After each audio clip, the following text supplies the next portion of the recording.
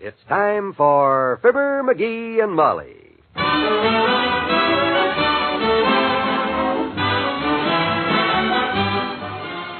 Sundays through Thursdays, NBC brings you Fibber McGee and Molly transcribed. The show is written by Phil Leslie and Ralph Goodman and directed by Max Hutton.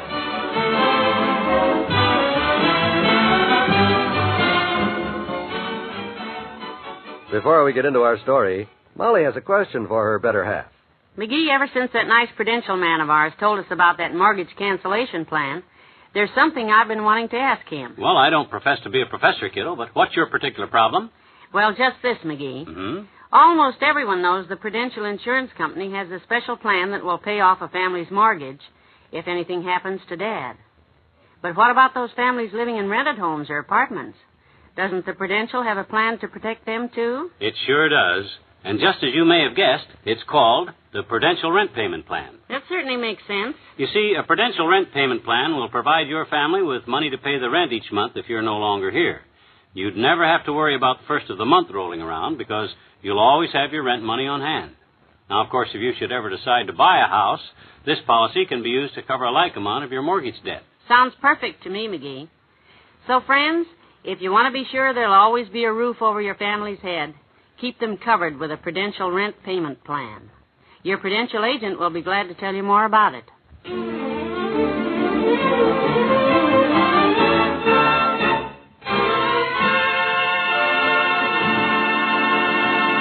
The health of a well-known local character is the topic under discussion right now between the two men in the living room at 79 Wistful Vista. So you noticed the old-timer, too, huh, Doc? The way he's been dragging around the last couple of days? Oh, sure. It's so apparent that something's wrong. Yeah, he's always so full of pep, loaded with energy. Always bubbling over like a warm beer. Yeah. When I saw him yesterday, Doc, he was feeling lower than your opinion of socialized medicine. I know. I tried to get him into the office for a checkup, but he said he was all right. He felt fine. Frankly, I'm a little concerned about him. What are you two talking about, the old-timer? Yeah, about the way he looks the last couple of days. He's dragged out like a commencement day speech. He's just lonesome, that's all. Lonesome? His girlfriend Bessie went home to visit her folks for a few days, and the old-timer doesn't know what to do with himself. Oh, is that it? Sure. Say, that's quite a romance, isn't it? Yeah, it's the biggest love affair since Anthony and Cleopatra. In fact, I think this romance was going on before Cleo and Tony. Yeah. Well, don't kid about them now. They think an awful lot of each other. He's just lost without her. Yeah. You know, that's a funny thing about love, Doctor. It seems like no matter who you are or what you are, somewhere in this world there's somebody that whoever they are, wherever they are, they're for you. Wherever you are. You know what I mean? No. Try it again. Well, let me put it this way, Doctor. All different kinds of people have different kinds of taste. Some women like handsome men, some like brainy men, and some like guys like the old-timer. You follow me? Sure. And somewhere in this world, there's probably a girl whose ideal is a short, fat, middle-aged, ugly guy. A man with a melon for a head, a barrel for a stomach, and legs for a grand piano. And when that girl comes along, I'd like to be your best man, Doctor. Oh, McGee, don't be so insulting. Well, that's all right, Molly. It was sort of crudely expressed, but I thought it was a nice thought. I liked it. I appreciate it, Sonny. And there's something I'd like to do for you, too. And someday soon I will. Okay, Doc, what is it? Bust you right in the nose. Good day.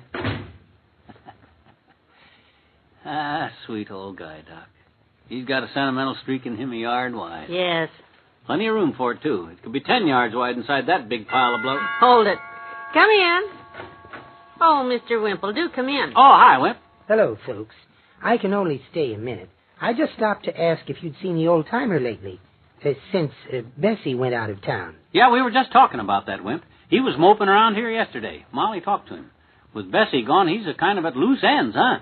Oh, a looser bunch of ends you never saw. Actually, he doesn't have very many friends, except you two, of course. Us?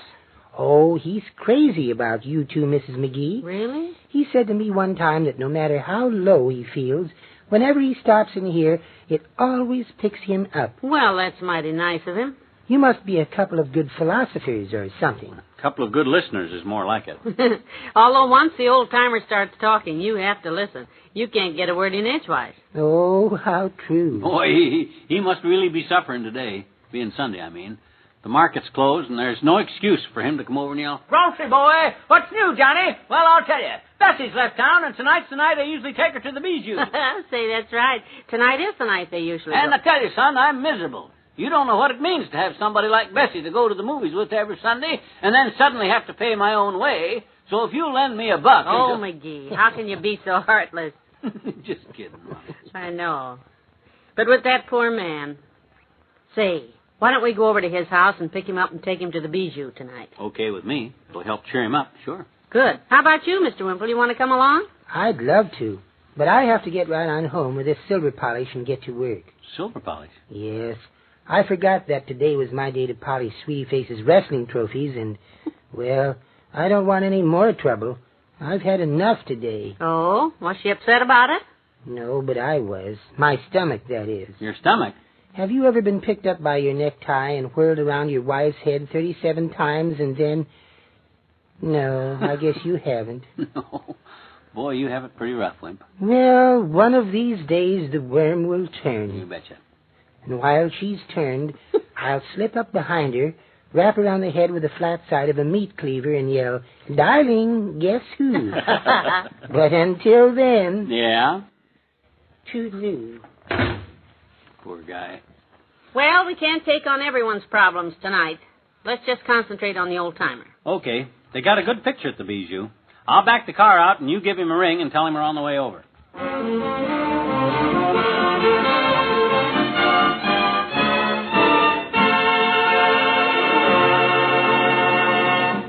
There's more fun with the